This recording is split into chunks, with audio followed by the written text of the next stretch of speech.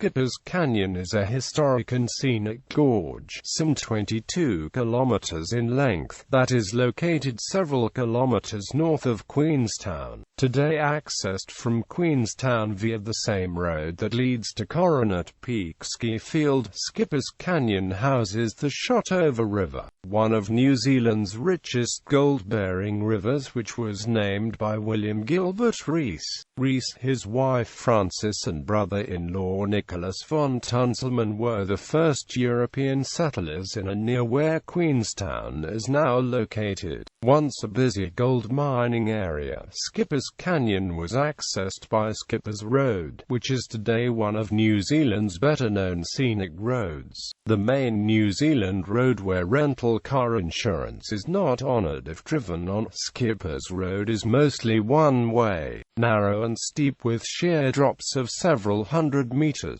Apart from its gold mining history, Skipper's Canyon was also the site where electricity was first generated at a place called Bullandale, a small former gold mining settlement some 4 hours' walk from the farthest end of Skipper's Road. The start of the gold rush in Skipper's Canyon. In November 1862, Thomas Arthur and Harry Redfern discovered in the area of today's Arthur's Point about 4 ounces of gold within 3 hours. Arthur and Redfern made no secret of the gold discoveries. With such richness in sight, it was no wonder that the area was soon swarmed by miners trying to find the luck. This was the beginning of one of the largest rushes that occurred in Otago. Soon after the start of the gold rush, the miners referred to the Shotover River as the richest river in the world. There is however no proof available that this is true, as no official records were kept about how much gold was actually found. Charlestown was a little settlement in Skipper's Canyon. After the first gold was found, gold miners soon encountered the gorge behind Arthur's Point by following the Golden River upstream. They had to find their own way over the trackless hills, as the river was deep and swift. For much of its course, it is confined in steep-walled gorges. Undaunted by the difficulties, miners climbed the mountains and descended to the beaches wherever possible. Soon a remarkable discovery of gold was found at Maori Point. 2 Maori miners, Dan Ellison and Hakaria Moreira, traveled to a secluded gorge in Skipper's Canyon. They could see on the opposite shore some promising appearances and boldly tried to cross the river. One of their dogs followed them and was washed away. Dan Ellison went to its assistance and could rescue the dog. At shore, he observed some particles of gold in the crevices of the rocks and started to examine the sandy beach beneath. With the aid of Hakaria, they gathered 25 pounds of precious metal before nightfall.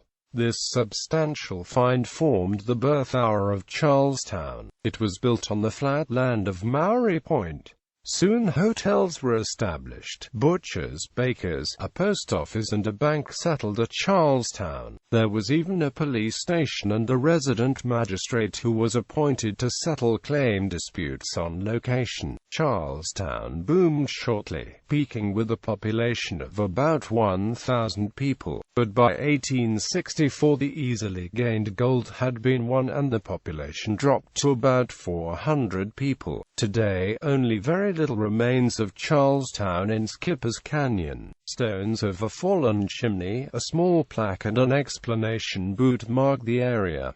Skipper's Point. The canyon and Skipper's Point were named after skipper Malcolm Duncan, who discovered gold in the canyon in 1862.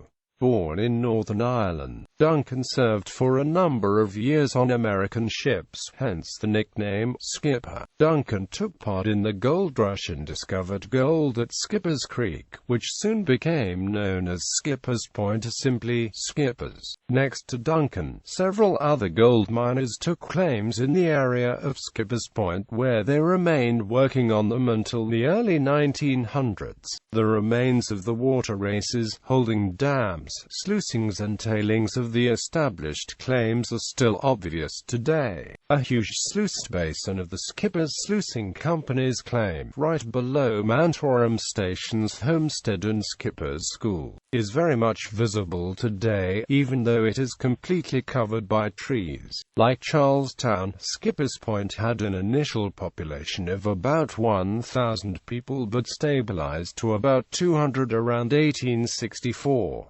At one stage, there were 6 hotels at Skippers Point, but like Charlestown, the life was short. Today, only the Mantorum Station's homestead and Skippers School as well as the cemetery are visible. This cemetery contains some interesting headstones. Of more recent times is the delightful inscription on the grave of Lorraine Borale. "My time is up, I've been clocked out.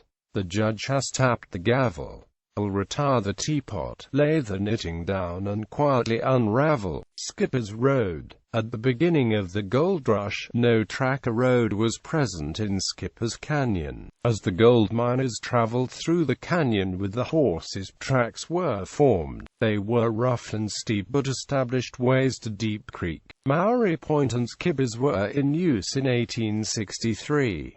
Those tracks, however, were unsafe and those who tried to take pack horse sometimes lost them and their supplies. In order to make the access to Skippers safer and to be able to bring in heavy machinery for the gold miners, the demand for a proper road grew. Skippers Road was surveyed at about 1883 with the goal to make Skippers Canyon more accessible. The road was built by 4 contractors who completed the work in stages over the period of 7 years. Many sections of the road remain today very much as they were in 1890. It has been said of Skippers Road that more money has been spent on its account than all the gold could repay it. This comment, however, only meant figuratively. Nicely explains the enormous costs and difficulty involved not only in forming the road but also in maintaining it. The local rock is so soft that under the traffic it quickly turns into dust in dry weather and to greasy mud in wet. Under these conditions it is no surprise to learn that initially motor vehicles were banned from driving on Skippers Road at the beginning of the 1900s.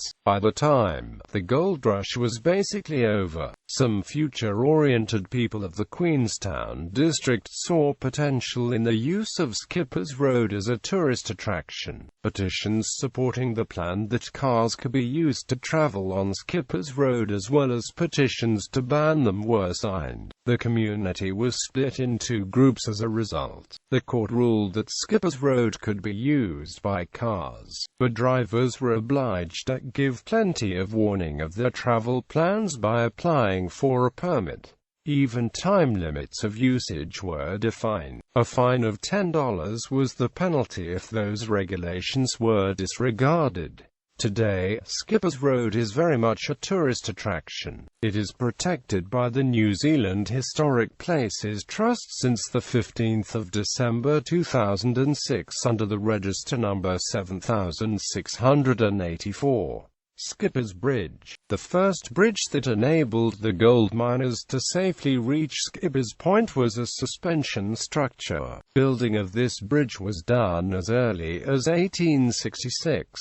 It crossed the river only 6 meters above the water and was prone to damage from flooding. It was replaced in 1871 but rebuilt at the same place. The access to this first crossing of the Shotover River was difficult as the approaches to it were very steep on both sides. At the time the new road to Skippers Point was completed, plans for a new higher bridge were made. Work on this new bridge began in 1898 and lasted for about 2 years. In March 1901, the bridge was officially opened by the Minister of Mines and finally replaced the old one. The stone approaches of the old bridge still stand and are visible from Skippers Road, even though the completion of the existing Skippers Bridge was done after the gold rush was over. It is today one of the major attractions for visitors to Skippers Canyon as it spans a gorge with sheer rock faces on both sides and is about 100 meters above the river.